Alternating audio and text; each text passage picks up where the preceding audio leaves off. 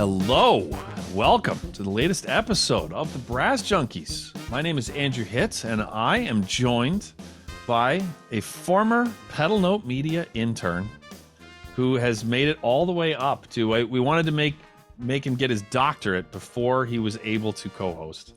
Dr. Buddy Deshler. Buddy, how are you? I am good, and I just want to say that all of the people that have worked in Pedal Note Media, like, you do have a future. There is success. There is light at the end of the tunnel. It doesn't have to end here. I know it looks bleak, but having certain particular bosses, but even in the darkest of times, yeah, there's still yes, yep. Never give up. When God closes one door, God opens another. Yeah, that's pretty funny. But isn't that pretty good? Yeah, and so you're like all like full blown grown up, man. You got like a doctorate. You teach at Furman University. You are one of the founders of Brass Institutes of America. Resident, believe it or not. Oh, so excuse me. Yeah, I didn't know if you were CEO or Grand Poobah or what your official title was. Well, when you make your own organization, you can call yourself a lot of things. Hey, man, chief bottle washer. Yep, yeah, whatever. Yeah, and it's really awesome. I'm going to throw the website into the show notes. But tell us, what's the website for the Brass Institutes? Yep, brass-usa.com. brass-usa.com. That's awesome. Yeah, there's the faculty every single year is fantastic. So if you're listening to this now, right as it comes out or sometime in the future, this thing's got staying power. It's been around a long time now, like 10 years. We just celebrated 10 years. Yeah. So it was really special because Sam and Dakota, the other two directors, they made special plaques for myself and Kenneth Johnson, because we were the only two people who've been around since the inception of it, and from the very beginning when it was just the Fredericksburg Brass Institute and no one would come be an artist, so we had to hire Andrew Hitz as the tuba artist, not just 1 year but 2 years in a row. I was the first session of the first year, right? Yeah. I was like, what do you guys want me to do? And they were like, we hadn't thought about that. Yeah, I was like, we were so relieved because we were just like, oh, there's these kids here. Can you do? So we celebrated 10 years, and congratulations. Thank you. Over COVID is when we became nonprofit and then became the Brass Institute of America. And now it's just a big brass association that is doing multiple events and stuff throughout the summer and the year. But that's not why we're here. That is not why we're here. It'd be funny if we just didn't even mention Jen at all during the intro. With me, she would believe it. So yeah. You were about to hear a conversation that we had with Buddy's bestie, Jen Oliverio, which I didn't even know that they knew each other, and I asked her and she said yes, and then I was like, I'm going to ask Buddy if he wants to co-host, and then he was like yes. So I'm so happy that it worked out. She's wonderful. She's the best. She's the best bestie. She's such a great musician and trumpet player and cornet player and flugelhorn player. And you could stop there if you wanted to, but then you just actually talk to her and that she's so passionate about teaching and all these projects and what it means to be a musician and a healthy one at that. So and just a really fun hang. So great energy. Great energy, and her album Enigma, which just won the first place in the American Prize Brass Division, which is a really big deal. It's fantastic, and we talked to her about being in the brass band, about Fountain City Brass Band, about Athena Brass Band, about being a mother. Lots of stuff. So it's really, really wonderful. Quickly, want to thank Parker Mouthpieces for providing the hosting for the Brass Junkies. Parker Mouthpieces offers fine customizable component mouthpieces for horn, trombone, euphonium, and tuba, including the Andrew Hitz Artist Model Tuba Mouthpiece. You can find out more at parkermouthpieces.com or follow them on Facebook, Instagram, and Twitter. And also in the bonus episode, there is a story that Buddy told where Buddy is the punchline about I won't spoil it, but about a competition. and it's wonderful. So yes, It's wonderful because I do not look good in this story, it's which is hilarious. It's yeah, it's really, really, and it involves Jen, even though they didn't know each other yet. I mean, it's like, it's juicy. So the patreon.com/the Brass Junkies, you can learn how to support the Brass Junkies. Thank you to everybody who has already done that. And without further ado, let us get to the conversation that Dr. Buddy Deshler and I had with Dr. Jen Oliverio. And today on the Brass Junkies, I am joined by a trumpeter, a cornetist, a flugelhornist. Is that a word? It is now. Yeah, and a doctor, a mother, a friend of Buddy's. Not everything on that list is as impressive as the rest of it, but this is Dr. Jen Oliverio. How are you? I'm doing really well. Thank you so much for having me. Yeah, of course. So this is funny that I did not know that you and Buddy are like really close friends, and I asked Buddy, "Would you like to co-host?" And he got really excited and like sent me a bunch of exclamation points back via text, and then yeah, so it was meant to be. So the term is besties, Andrew. Oh, that is the term. I like this. You're scolding me. This is good. You're coming out of the gate hot here. Getting a tenure track job and things change from intern days of Pedal Note Media. Right. That's actually why I agreed to do this, was just to finally speak my mind about everything. I remember when you were like a freshman at Mason and you were actually polite to me. So it was a long time ago. Jen, first of all, congratulations on winning the American prize. That's a really big deal. Thank you. I was, it's actually a funny story. I thought that I was out of the running because I misread one of the other finalist announcements, and I was like, oh, dang it, that's a bummer. And then I got an email that was like, congrats, you won. And I was like, is someone punking me? Oh no. And then it turned out to be totally true. And it was really, really exciting. So you saw someone else post that they maybe got like a different place than first, and you read it quickly and thought it said that they won, and they have different categories. And so it was like the solo instrumental performance in American music. Oh, not brass. Some of the composers are American, but some of the ones that I worked with were not. And so I read it quickly and I was like, oh shoot, they just announced the next round of people, and I wasn't on that list, and it is what it is. Yeah, that's wonderful. Enigma, the album, it's fantastic. It really is. Like I mean, if it wasn't speaking to me, I wouldn't be saying, yeah, it didn't really do much. But I don't just automatically by default, heap praise. It's really good. It's the playing, the storytelling, the repertoire is really interesting. Can you talk about how that project came to be? Sure. It was a pandemic project. I think a lot of people had something that they wanted to engage with professionally and musically. And so I started reaching out to composers. All of the works on the album are commissioned works, and I wanted to kind of contribute to solo flugelhorn and cornet literature in a tangible way. And I thought that would be by connecting with composers that don't traditionally write for cornet solos. I mean, you have a lot of H.L. Clark solos and Percy Code and those kinds of soloists, and I think those pieces are fantastic for establishing style, but I wanted something that was a little bit more modern, and to work with living composers on an instrument that a lot of people consider to be a little bit more old school. So that was the goal behind the project. It took about a year to get all of the pieces, and then I recorded it between my first and second year when I was working at Duquesne University, and then released it the following fall. Wow.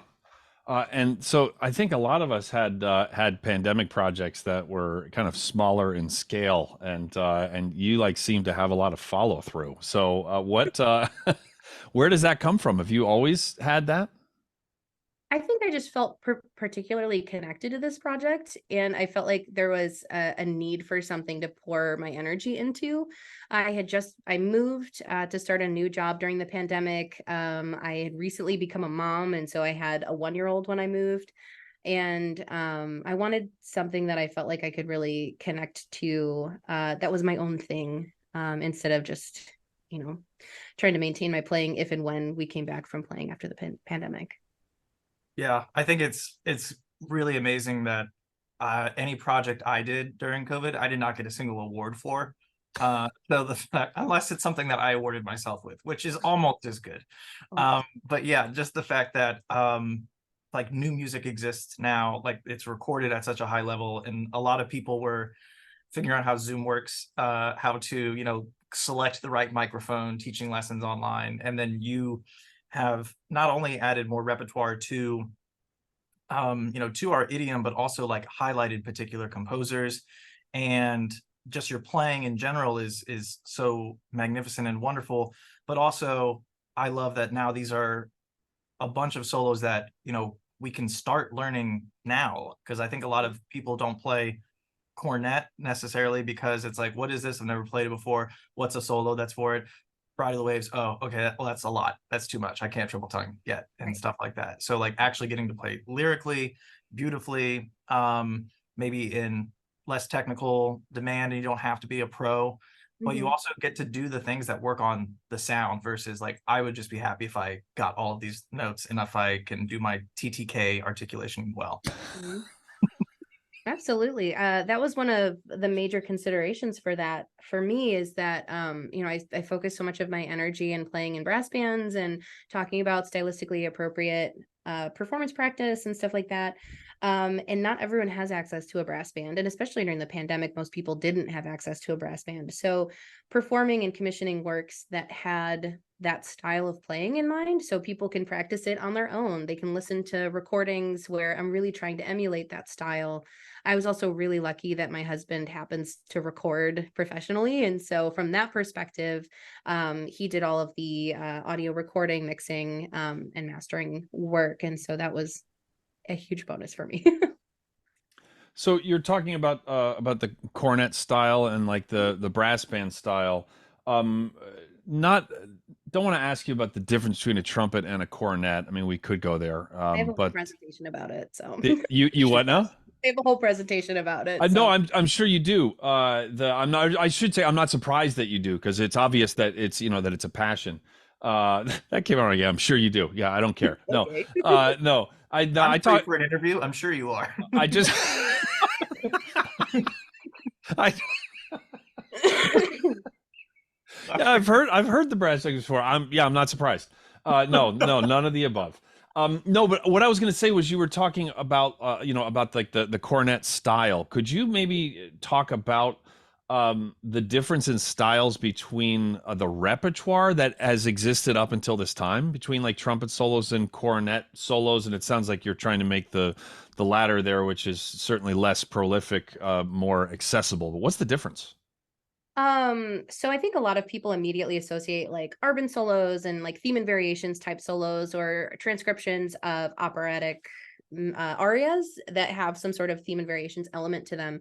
And so that's where I started. I started by doing like Bride of the Waves, Norma, Fantasy Brilliant, those types of solos for cornet, and working on like the color of sound. So it's a little bit warmer color. I'm using vibrato in a slightly different capacity, the lightness of articulation. If I could interrupt, sorry, but I'm going to compliment you so I don't feel that bad.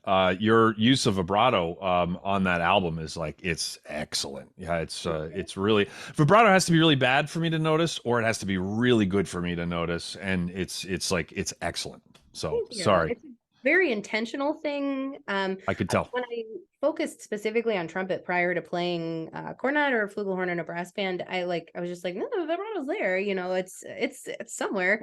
I'm using it, but I think the difference is I'm using it in a very intentional capacity, so I have more control over the fasts and slows and the width of the vibrato specifically.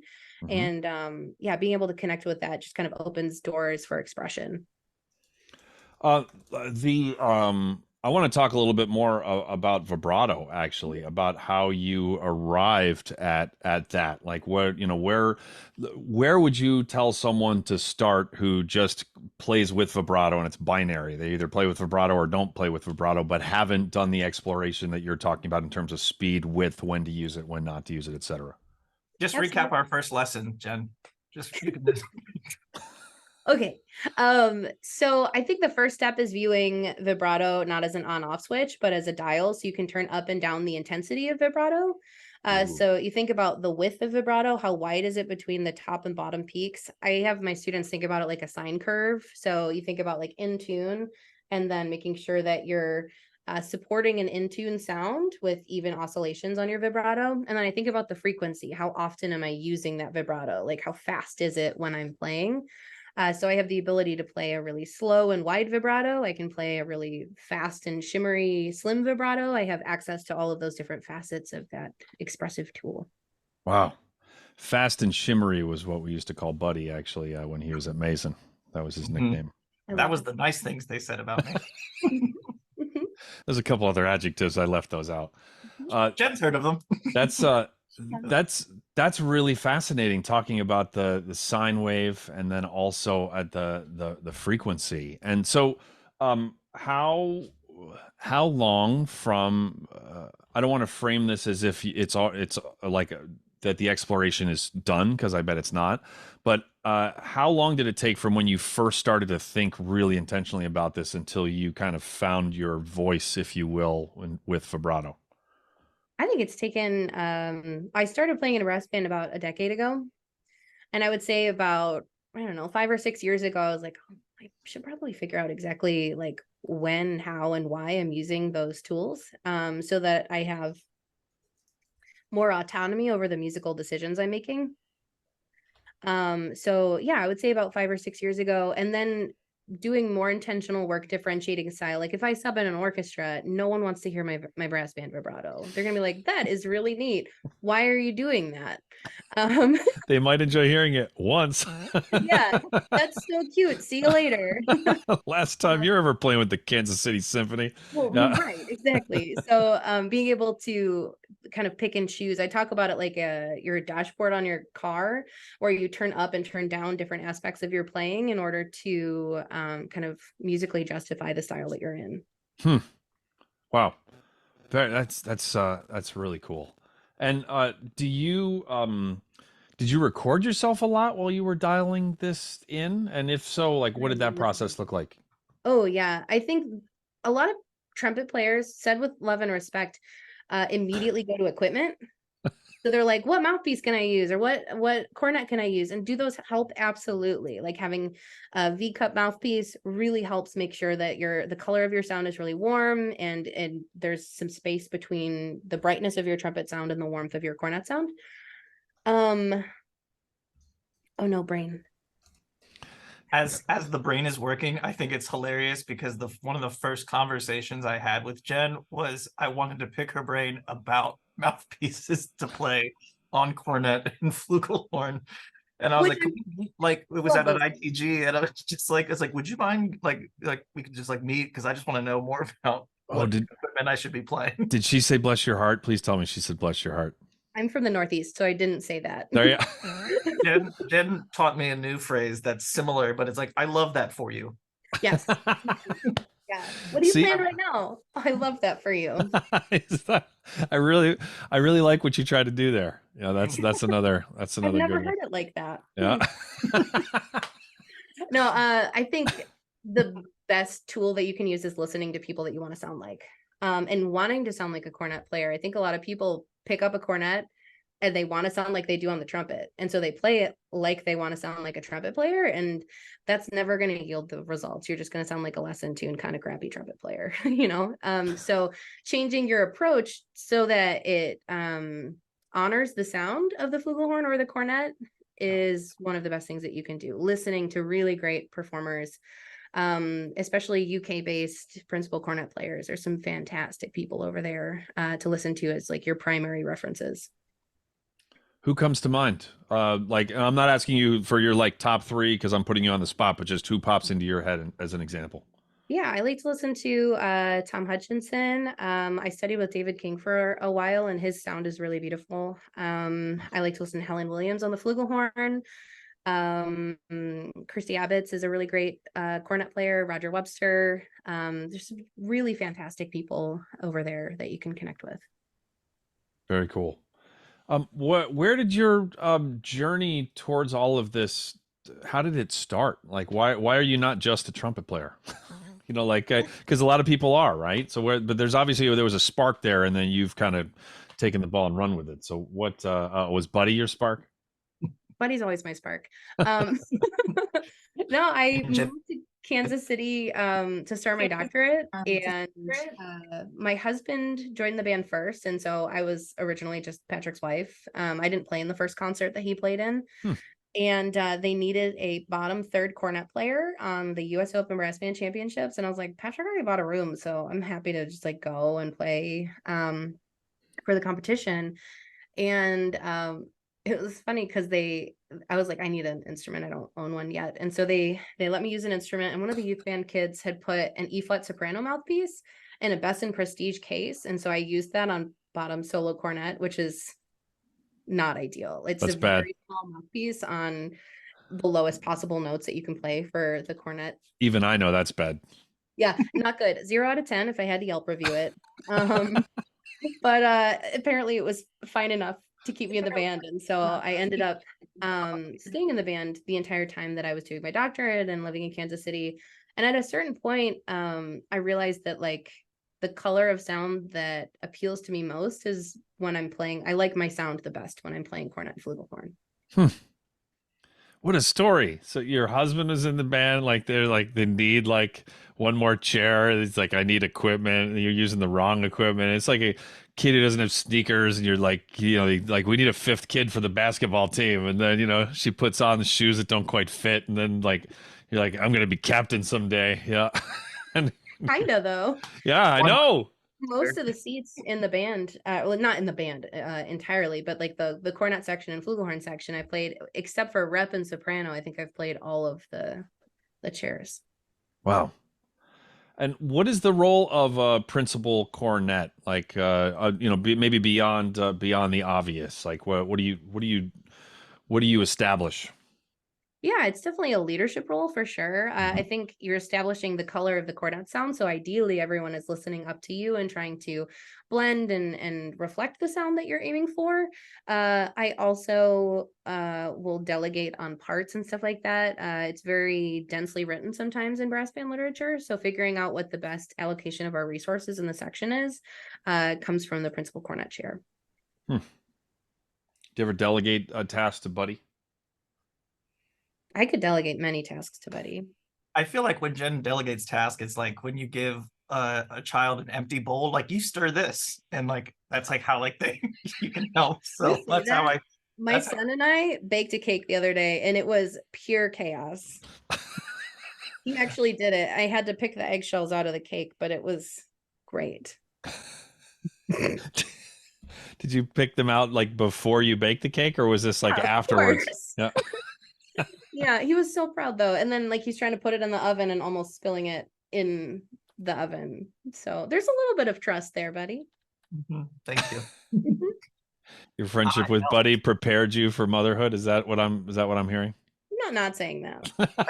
I didn't really know Buddy before I was gonna say it's also I think the other way around. Like being a mother, then she meets me, but like, oh, it's just more of this. Okay. Jen, the first time like we really got to know each other and hang out was Jen was on trumpet faculty last summer for the Brass Institutes of America festival. Oh. So, other than just like hearing her name and singing at like competitions and conferences and things like that, this was like 24/7 bestie friendship, hanging out. So much. Chaos. It's the best. So when I asked, actually, before I get to that, I need to thank the wonderful people at, and the other people. I need to thank all of the people at the Mary Papert School of Music at Duquesne University, who are longtime supporters of the Brass Junkies. It's a wonderful school with like really, really great faculty who are not only great players, but also really great teachers. There's just a lot of good things happening there, in particular in the brass department. Pittsburgh is this super hip town with a lot of things going on, except for the Steelers and Penguins can all go I'm going to edit. I'll just keep moving. But other than that, Pittsburgh is actually one of my favorite, most underrated cities in America, especially just musically and artistically. There's just so much happening there. And it's a place where you can learn the traditional stuff with the opera and the symphony, and you can also go the non-traditional route, and you can actually like be immersed in all of those different things. So if you would like to learn more about studying with the incredible faculty there at Duquesne, then you can go to in the show notes. There is a video just for Brass Junkies listeners and or observers. If you are if you observe YouTube videos, watchers, viewers, I think it's called viewers. I think that's what the kids call them, is views, not observations. Anyway, thank you to Duquesne for supporting the Brass Junkies. So when I asked Buddy what I should ask you about other than the obvious stuff, I was obviously going to ask you about the American Prize and and about brass band. First thing he said was being a mom. And I always want to be very careful because I know some women who get driven nuts when they get asked automatically how they balance, like, the work, how they balance a family with and I've never been asked that question a single time. I've been a dad for almost 10 years and a professional for 24, and they're just like, tell me about your music, and that's it. But Buddy said that we should ask you about this, and you said that you'd love to talk about it. So what do you like about being a mom? Oh, it's my favorite thing. It's my favorite job. It's also the most stressful job I have. And it changed my perspective on live performances because I used to get, well, I still get a little bit nervous, but I used to get super, super nervous and have pretty severe performance anxiety until I had my son. And then I was like, oh my gosh, I trained like 25 years to play the trumpet. I am way less prepared to parent my child. So just kind of changing that perspective. And knowing like playing the trumpets, I've done a lot of work in order to do that at a pretty high level. So it feels a little bit easier to do now. Isn't it wild how they, after like 2 days, like tops, 3 days tops, if everybody is healthy, that they just like hand you this tiny, like beyond fragile human, and then they're like, Godspeed. It's like you're letting me like walk. Security's right there. I'm just walking out with this thing, and they're like, "Yeah, you're good." Like, okay. And then like the whole goal is just like keep it alive. Like, I mean that's still the goal, but like it's like that's like the whole goal. It's kind of wild. Absolutely. Yeah. Super challenging, especially trying to like navigate your identity as a human being post having a child. I think as musicians, we connect so much of who we are as people to what we do on our instrument. And it can be a real challenge to figure out, well, what does that look like when maybe playing my instrument isn't the most important thing in my life anymore? Wow. So that's some perspective, but it obviously didn't deter you from moving forward. I mean, like with that amazing album is proof, right? And that's amazing that you were like, sounds like, did you move in the summer of 2020? Yeah. So it's still like, like the height of the pandemic and all that. And you were a new mom and you changed jobs and you were like, I should put out an eventually award-winning album. It's like what? A good time. But yeah, what the hell's wrong with you? Yeah, I say that with love because I've known you for like half an hour. But that's really remarkable. Like, I mean, that's really remarkable. So talk to me about how were you that motivated to do something like that when it was no longer the most important thing in your life? Well, that's a really good question. A couple of reasons, and I think that this is true for anyone who's at an early place in like a professorship, is that I needed tenure. I knew I was going to want tenure at some point, and I was like, this seems like a really good way to do that. I applied for some grants and got a good portion of that album funded. So that helped with the progress on that project. But I also wanted something that I could do just for myself, because it's so easy to unconditionally give to your child and not carve out any space for yourself to be a human apart from your child. And so that was kind of my avenue for doing that. I would get excited about getting new works, and I would have a little bit of time to practice for myself. When I recorded the album, I did not give myself enough time. So I recorded that album in 6 hours on a couple of days. Yeah, I know. It was during the pandemic and we didn't have enough time for babysitters. So 6 hours was just going to have to do it. Yeah. Isn't it frustrating? Isn't it like, Yeah. I feel like maybe it's a little bit aggressive if I say what the hell's wrong with you a second time in like 3 minutes, but I'm just being honest. Yeah, that's No, wild. I would do it differently, probably in another lifetime, but that was the best that we could do Yeah. given the resources and time that we had. Wow. Well, if I can use that to relate to this question that I was going to ask later anyway, whether Andrew wanted me to or not, is It's called a segue, buddy, and you just do it. Yeah. segue. How do you spell that? Okay. So is over the summer when the different trumpet faculty would take turns running warm up, your particular warm up day, you went into your presentation and you brought up, being a mother and like what that did for your routine, what that did for just like efficiency, what that did for just making the most out of the time, but also like what you cared about the most in your playing and stuff. So I thought maybe you could talk a little bit about that. Yeah, it completely, like, one, being pregnant and having a child changes the physical experience of playing a brass instrument.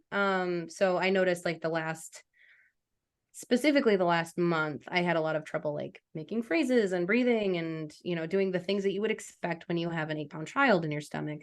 But as I went through, I also, like, following having been, I applied and ended up winning a job in Michigan, a full-time trumpet job. I think my on-campus interview was 3 months after he was born, so I had to be able to do a recital at that point. And that was a quick turnaround given the amount of recovery that I needed and stuff like that. And so I had to be super creative about when and how I'm warming up, thinking very intentionally about the bullet points of my fundamental routine that I need to hit so that I feel like a balanced individual on my instrument, so that whatever repertoire comes my way, I feel like I can actually manage it. And especially after a point where it wasn't just maintenance, it was my playing dipped before having him and then after having him, and like trying to figure out how to recover that information. Wow. Do you mind me asking? You can pass if you'd like, but do you mind me asking which aspect of your playing dipped the most? Endurance and range. There The you things go. that I consider the weakest in my general playing anyways, were the things that were most impacted by my pregnancy and then post-pregnancy recovery. And what did you do to get those back? I'm really good friends with Ryan Beach. He's principal trumpet in the Alabama Symphony, and he was so kind and giving with his time. He worked with me on kind of building a strategy for approaching my fundamentals so that I was touching on all of these different concepts in a variety of capacities consistently. And it felt like I had accountability and then also someone to bounce ideas off of if something wasn't working the way that I wanted it to.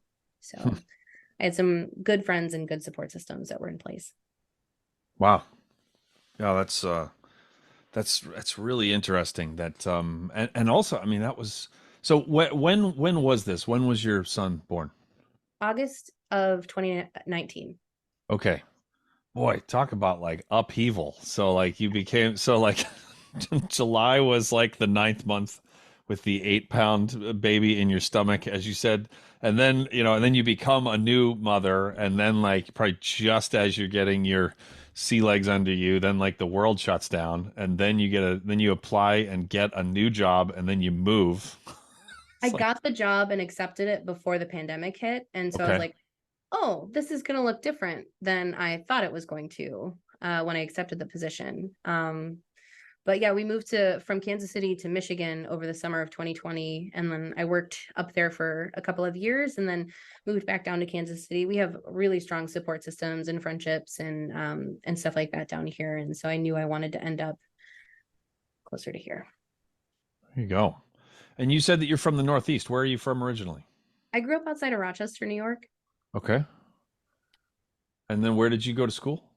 I did my undergrad at Ithaca College, my master's at the University of Arkansas, and my doctorate at UMKC. So yeah, bouncing around. And then became friends with me. I That's just thought it was relative to the timeline that you were laying out. Absolutely. Yes. Yeah. So here's a question for Buddy. What was the best part about having Jen on the faculty? And I mean, other than like not socially, I mean, like actually, even though that's like as we all know, the hang is vital to all aspects of the music business. But setting that aside, either teaching, playing, coaching, whatever, yeah, what comes to mind? Yeah, well, I don't want to just pick one thing because there's so many best things about Bestie. You still don't follow instructions well, even since you were an intern here with the. But anyway, that's on me. I should have expected that. But well, I know you mentioned like not socially and everything, but when we are looking for artists and faculty and stuff like that, there's so many different bases to cover. Like we would assume and love that you would just play your instrument well and that you could teach younger brass players, but it's the way in which you make music, the way that you can collaborate with the faculty, the kind of passion that you have for teaching. And Jen is just like an incredibly caring person, whether it's for her family, whether it's for her friends, and whether it's for her students. She talks about her students all the time and the things that she does to help. So just like having that kind of passion driving everything you do, and that kind of care of instruction and mentorship and everything, it's just like that's the kind of people we want to be around. Then you put her in the faculty brass ensemble, and it's just like so amazing and beautiful and reliable.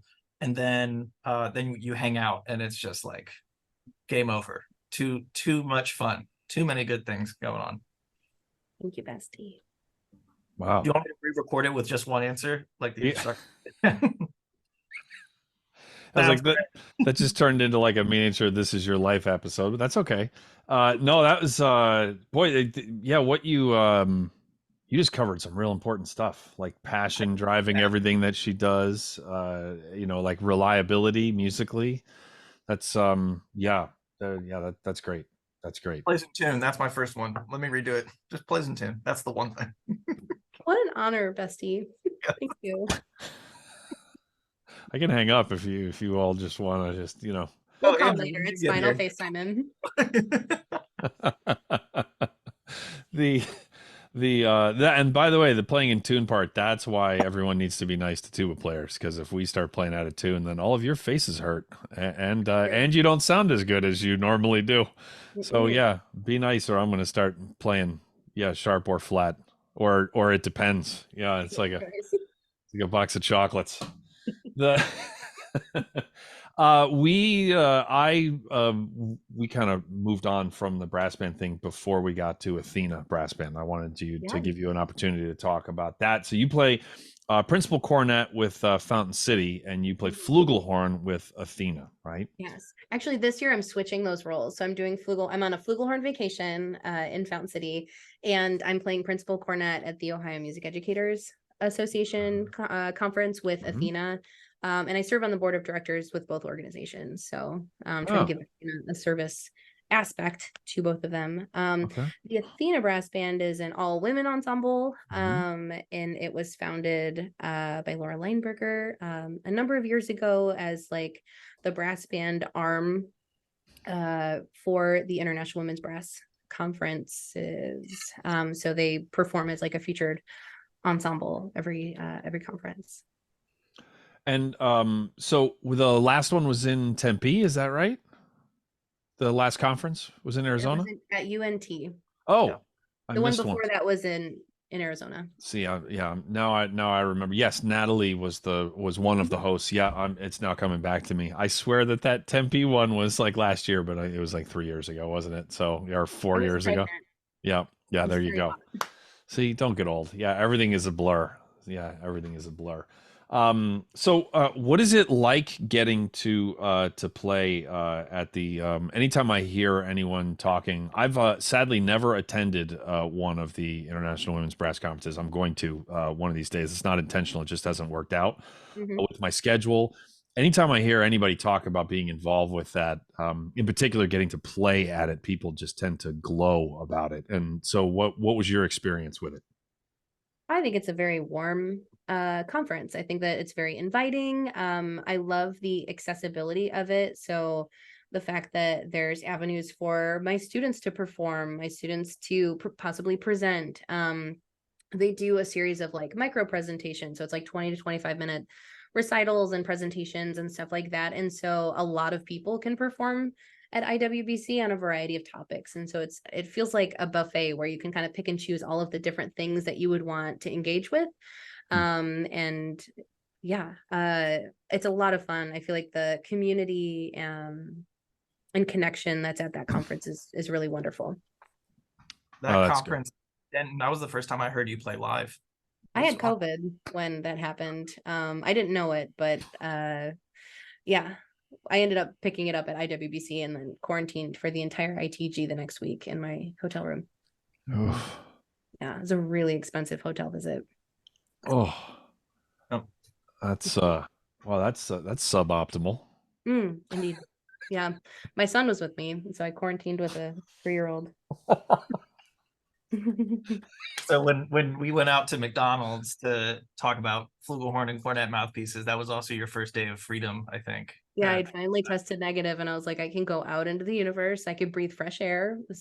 So we went to McDonald's and talked about yeah, wait a minute. That was how you celebrated getting out of a hotel room with your 3-year-old, was going to McDonald's while Buddy ate a Happy Meal and asked you about mouthpieces. That's well, I only got a Happy Meal because the toys that they had were it makes sense. Yeah. Oh goodness. So I wanted to mention that something at BrassJunkies.com that I have started is called Instrument Pages, and so far there's only one up, which is trumpet. If you go to BrassJunkies.com/trumpet, it's just a collection of resources.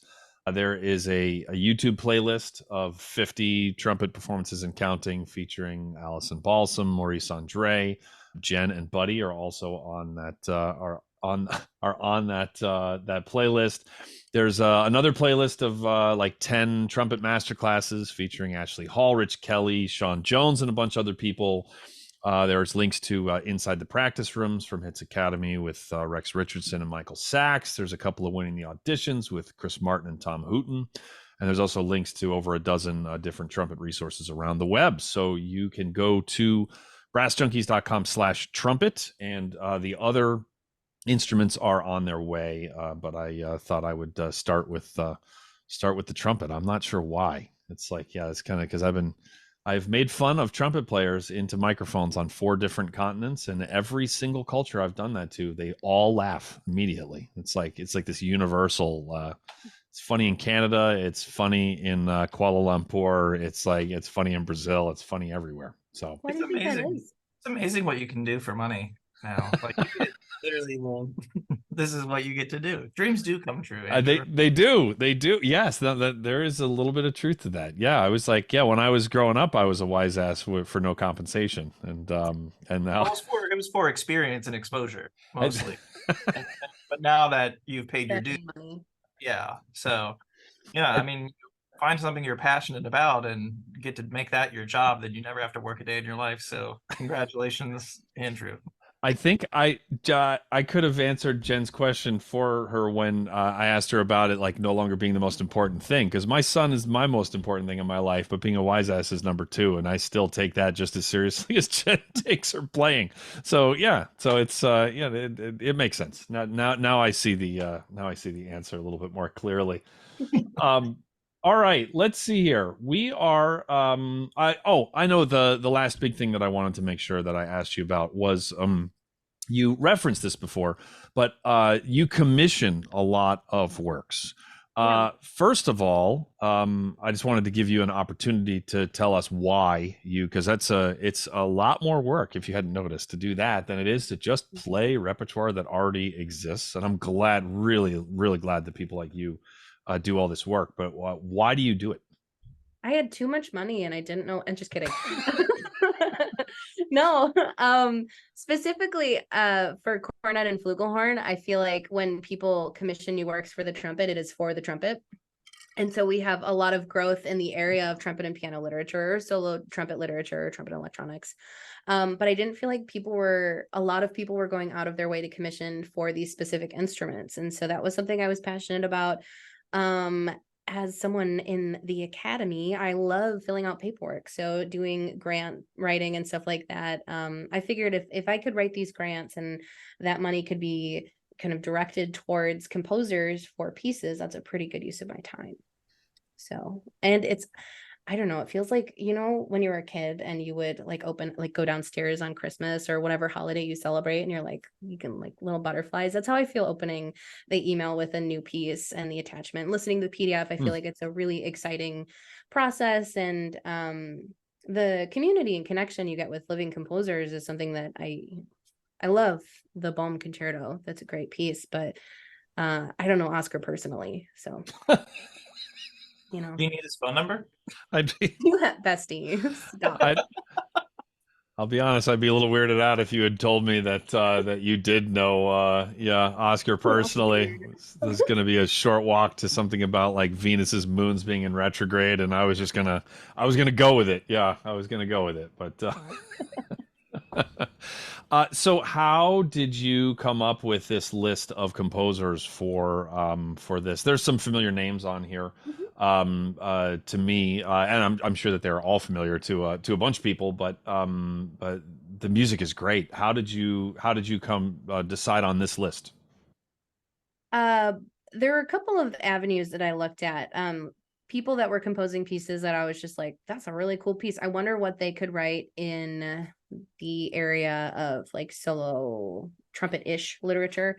So like Kevin Day, I really like the pieces he writes. He's such an engaging composer. Fantastic. So fantastic. And I heard it was a quartet. I don't remember what the quartet is, the title of the piece, but it's like the Boston Trombone Quartet or something, like Boston Symphony Trombone Quartet or Low Brass Ensemble, and they're playing one of Kevin's pieces, and I was like, that's freaking awesome. I want to see if he would write a piece for me. And I just like happened to get in there at the right time, because I'm sure he's booked out for many decades now because he's so busy, but I happened to get in and connect with him at the exact right time for him to write this piece.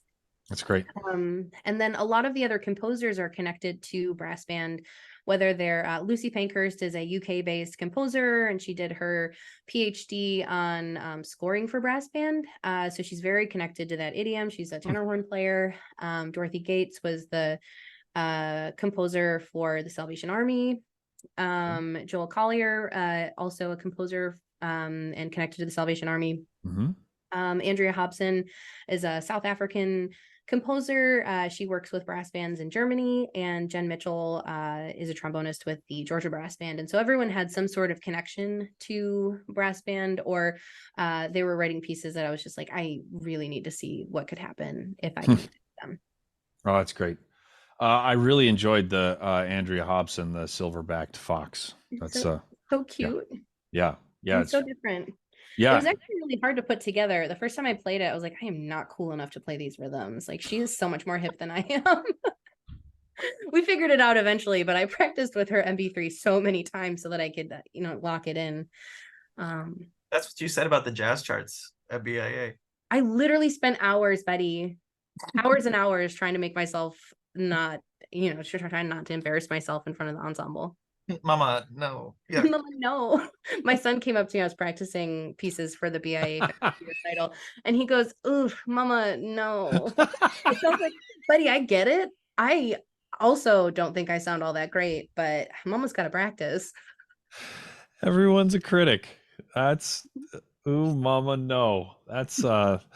that's He's great. come up to me and go, "Mama, turn it down," and I'm like, oh, "I'm playing into a practice mute, Buddy." That's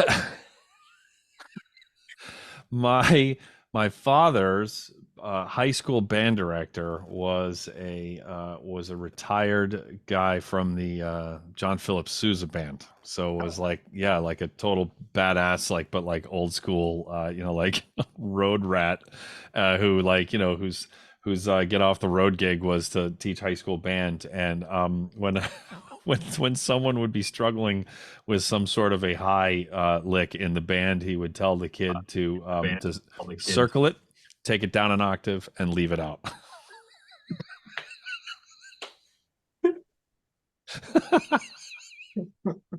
Gonna put that in my back pocket for later. Right? That's good. There's like two levels of unneeded cruelty there, because you could just say, just don't play that, but you actually tell them to take an action, and then and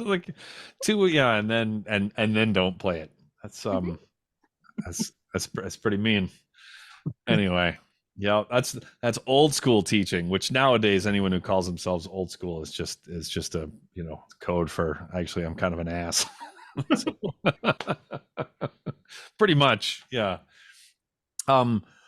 Buddy, anything else that we need to ask? Oh, no, we've still got the bonus episode in front of us, of course.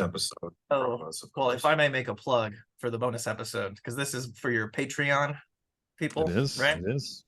Yes. Jen and I are very good friends, and I think it'll be a doozy of a bonus episode. So if you are not a Patreon subscriber, you want to make sure that you hear this. And watch it now be a super boring bonus episode. That was talk about our with that build up and that setup. I'm just gonna have the two of you recreate the conversation you had at McDonald's about mouthpieces, because Yes. I would find that super fascinting. Well, I have a transcript. You can put it in conversation. But let me actually answer your question instead of doing my own thing, like always.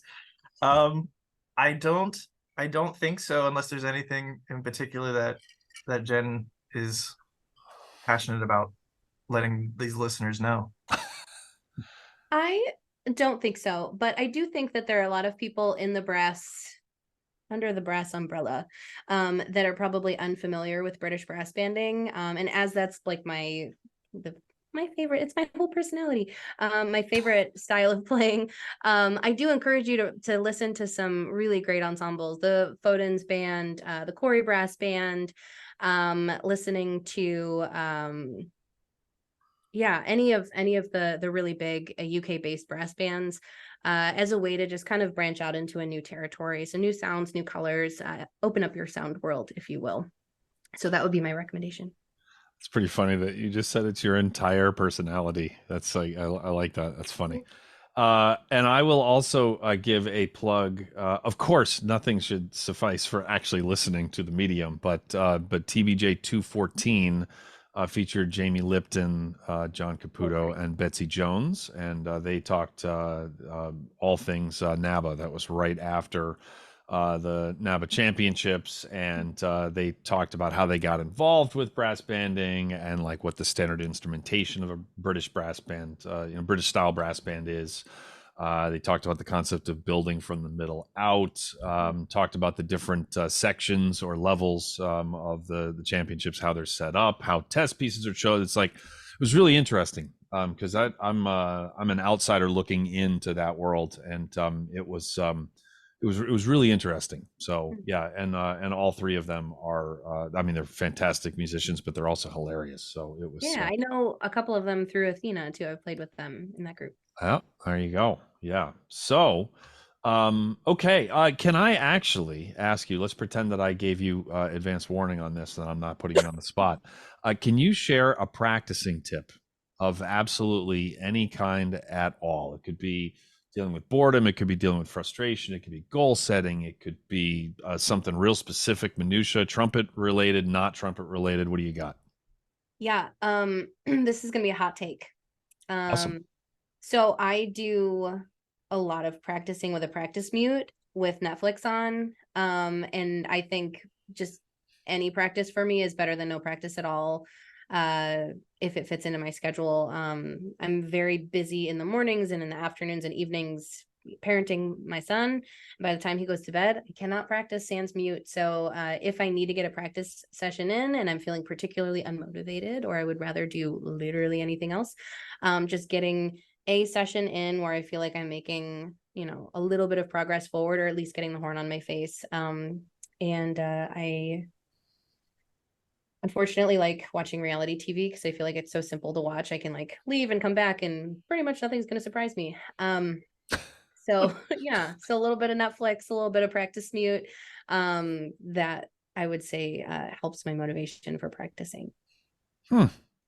Yeah, that is a little bit of a hot take, because there are some people who obviously will say like you have to be all in, or just like, put it in the case. But this is the same exact musician here that talked to like 40 minutes ago about how intentional you are about vibrato, and about like, and so it's like, it sounds like you have found a a good mixture of very, very intense and intensive practicing, while also just kind of maintaining a little bit of momentum when that's the best you can do for tomorrow. So that's, yeah, that's great. I don't think that should be a hot take. I think you're right, it is, but it shouldn't be, right? I mean, first of all, I mean, if you play at the level of either of the two trumpet players, I'm outnumbered, goodness gracious, that are on this call right now, then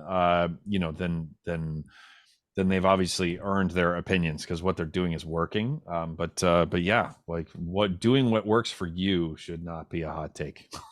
So that's what I think, but I also think that there are a lot of people that would disagree and say like that's definitely not the way to practice. But there are certain things in my playing that are like, if I'm working on Clark studies or finger flexibility studies, like it's not as nuanced in my practicing as if I'm working on the Jolivet without a mutin. You know, those two things differ pretty intensely in my approach. And so I feel like if that's the avenue for me getting some practice in and working on something that I can make a difference in, then that's the way I got to do it. Oh, that's great. Yeah, good stuff. Buddy, you got a practice tip for Jen? Help me, Buddy. I don't want to. That's it. No, I'm just kidding. It'd be awesome if he completely contradicted you right now. No, it's if actually like her saying this like resonated, because I have done something similar, and because I was of a school at one time of like focus practice logs. You can even download BD practice logs from my website. Like it was very about structure and intentionality. But I realized like I started taking solo trips in the summer, and it was a way to like not have trumpet be my entire identity and everything. So what that meant, not practicing all the time. And then when I came back, that's like, you got work to do to come back from that. And of course, then I started judging everything and like overanalyzing everything because I'm trying to improve. And then I thought of this idea, and I started teaching to some of my students. I call it brainstorm practicing. So like if you have this idea that, or something like a project you eventually want to do, you don't like immediately jot down the bylaws for it. Like you start with just like getting things out there, just getting some ideas, and there's no judgment in brainstorming. And often if like you are jotting down something, that leads you to that. So it comes back to this idea of just playing to play and having it start there. And then all of a sudden, maybe like that sparks like, it's like, oh, this is going really well. Let me try it in this register now. And then kind of like taking away the judgment, taking away like the over criticism, the over analyzing, and just brainstorming, just playing, and then seeing where that goes. And it, at that time, which is like you coming back from a vacation or you coming back from whatever, it's horn on the face. It's, you know, getting like the muscles and getting everything back. And it gives you like the time and patience and forgiveness to let this lead somewhere, as opposed to like, I have to be this, and if I'm not, then I'm just trash. I'm going to hop on that conversation too. I talked to my students about sciencing themselves. So like facts versus feelings. So observing facts about their playing and how it feels to play that day versus I can't do lip slurs, and so I'm a terrible human being and the worst trumpet player that ever lived. So you're basically just collecting data about how it feels to play, and what's the sound, what's the feel, and what can I do to make sure that I'm arriving at my most balanced self on any one particular day. Wow. That's great. Facts versus feelings. Yeah. And the brainstorm practicing, this is, yeah, I like that when you come up with an idea, you don't immediately write down the bylaws. That's, yeah, they come in time. So, and boy, it can be the what? I've grown up. I mean, I wouldn't necessarily go that far, but I've gotten older. Sure. Yes. You've gotten, you're definitely older than the last time I talked to you. Yeah, the facts versus feelings, like like being able to unemotionally evaluate what is coming out of your bell is a really valuable skill. And I don't know there are some people who are good at it early in life. I don't know anybody who is self-aware who is not better at that later in life. You know, so again, it's like some people start, but it's like, yeah, because you have to lack like all self-awareness to not get better at that. But it can be hard some days, right? Like when you're, yeah, it can be hard. So, but yeah, good stuff. Excellent. Well, thank you, Jen. This was a pleasure. And Buddy, you exceeded my low expectations. So by a good chunk. So Under promise, over deliver. That's my style. There you go. The or under promise and deliver. I'll grant you that. But yeah, no, no, this was fantastic, and it was totally meant to be that you two know each other and get along so well. I'm really happy it all worked out like this. We are going to have Jen hang out for the bonus episode where apparently Buddy is going to tell us where some of the bodies are buried. Although he probably won't get too brave because I think Jen knows where some of the bodies are buried. So it's kind of like it's just different. It's like covering up different crimes. So, but we'll get some stories about like performances gone wrong. That's always a fan favorite. Anyway, thank you to all of our Patreon patrons for your ongoing support. Would probably surprise a lot of you how many recurring expenses, like in terms of subscriptions, that go into keeping this thing going. And so all of your support is absolutely is integral to keeping this thing going. And you can hear the bonus episode with Jen and with a whole bunch of other people as well. If you go to patreon.com/thebrassjunkies, you can learn more about all that and unlock all that right away. And let's do this bonus episode. So that is going to do it for another episode of the Brass Junkies.